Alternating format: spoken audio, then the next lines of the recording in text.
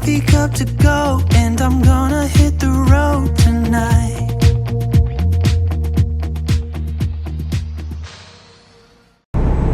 It's Wednesday. So angry about Yeah. Heading to New York. it.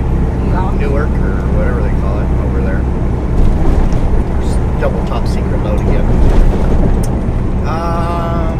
So what happened? So we run Romeoville. You guys saw that yesterday. The last part of yesterday's video, we were heading back to Allstill with the second empty. Dropped it at Allstill. Then there's a Blaine's Farm and Home, right next door to Allstill. And they actually allow semi-parking. Not only do they allow it, they scraped off a bunch of their car parking, paint lines, and they actually made them truck parking spots. So, anyway, we stayed there last night. But the funny thing is they have like 3 in front and then 3 in back.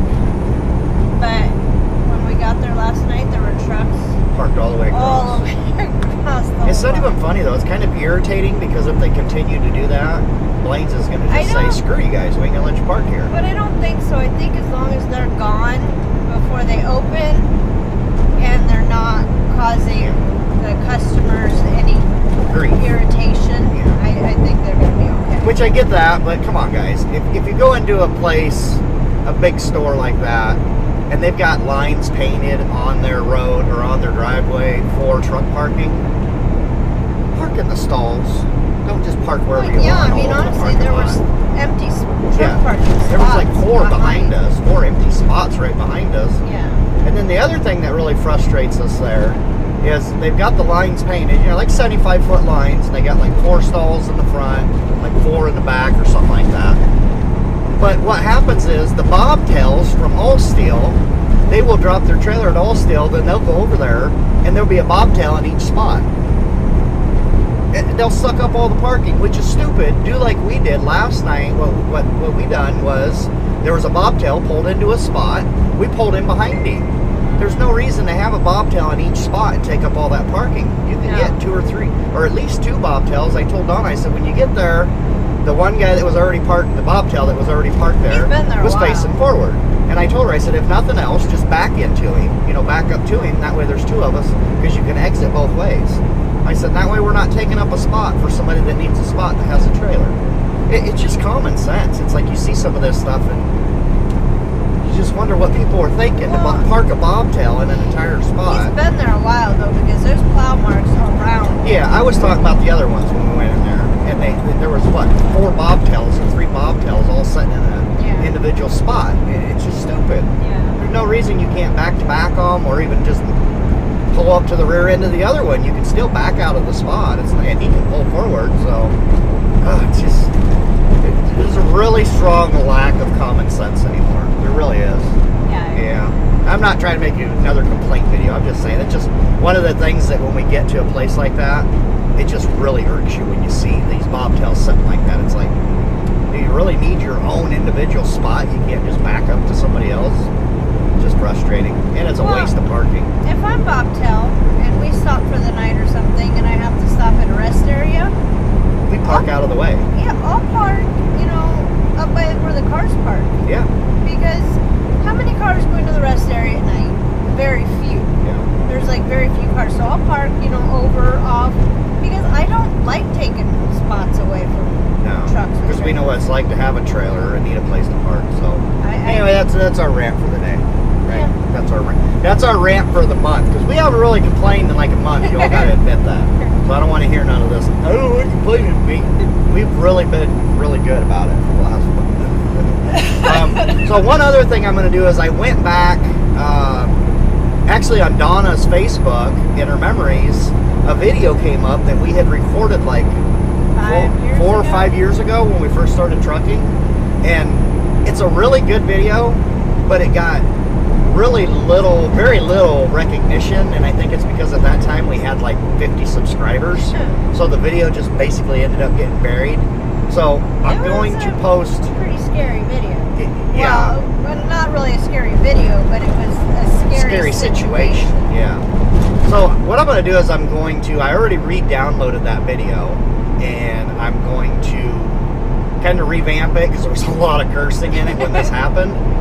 Basically, we was going down the highway, and we got like within 100 feet of a T or a cross street, and a pickup truck pulled right out in front of us, and scared the holy crap out of the guy. Everything in our truck just ended flew up forward up here. Yeah. And I saw him go in the median. I thought we hit him, but apparently we didn't. Yeah, if you listen really close to the video, you'll actually hear tires squealing. By no means do I think the guy did it intentionally, because he pulled out, and I think by the time he saw us, I'm sure he soiled himself. He floored it, which threw him sideways, and he ended up down in the ditch, or well, in the median. And I hurried up and pulled over because I didn't know if we had hit him or not, but he went in the ditch, spun back around, and hurried up and took off. I think because he was afraid he might have done some damage to us. I don't know, but yeah, everything in our truck flew forward because we were standing on the brakes. I mean, standing on that brake pedal. We had a flatbed load of lumber, I think, on the trailer, and we went out and checked that because we was afraid all that flew forward. It was scary.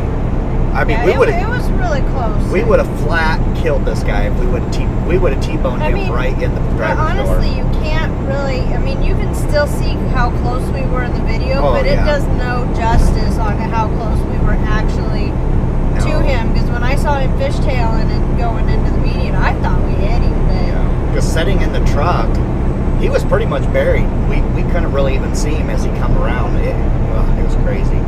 So anyway, I'm going to do this video. I'll upload this video, and then I'm going to re-upload that. So it'll be, I think the name of the video is A Close Call or something like that. So I'll just put, whatever, revamped to A Close Call or something. I'll just rename it again. So there's going to be 2 videos tonight. So that's what that one's going to be. I just think it's worthy of seeing for people to see it, because it was definitely scary when it happened.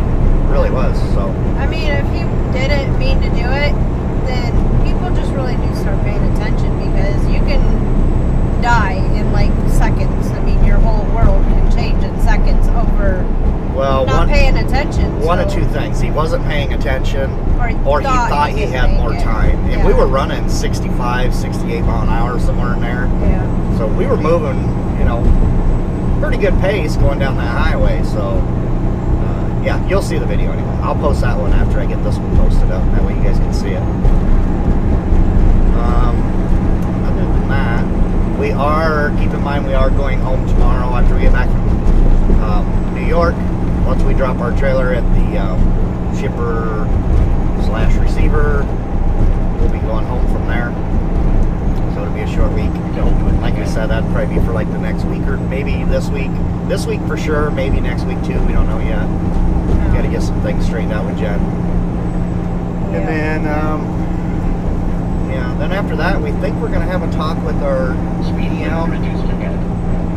If we can get things straightened out the way we want them, we're probably going to talk with our DM to try to increase our miles.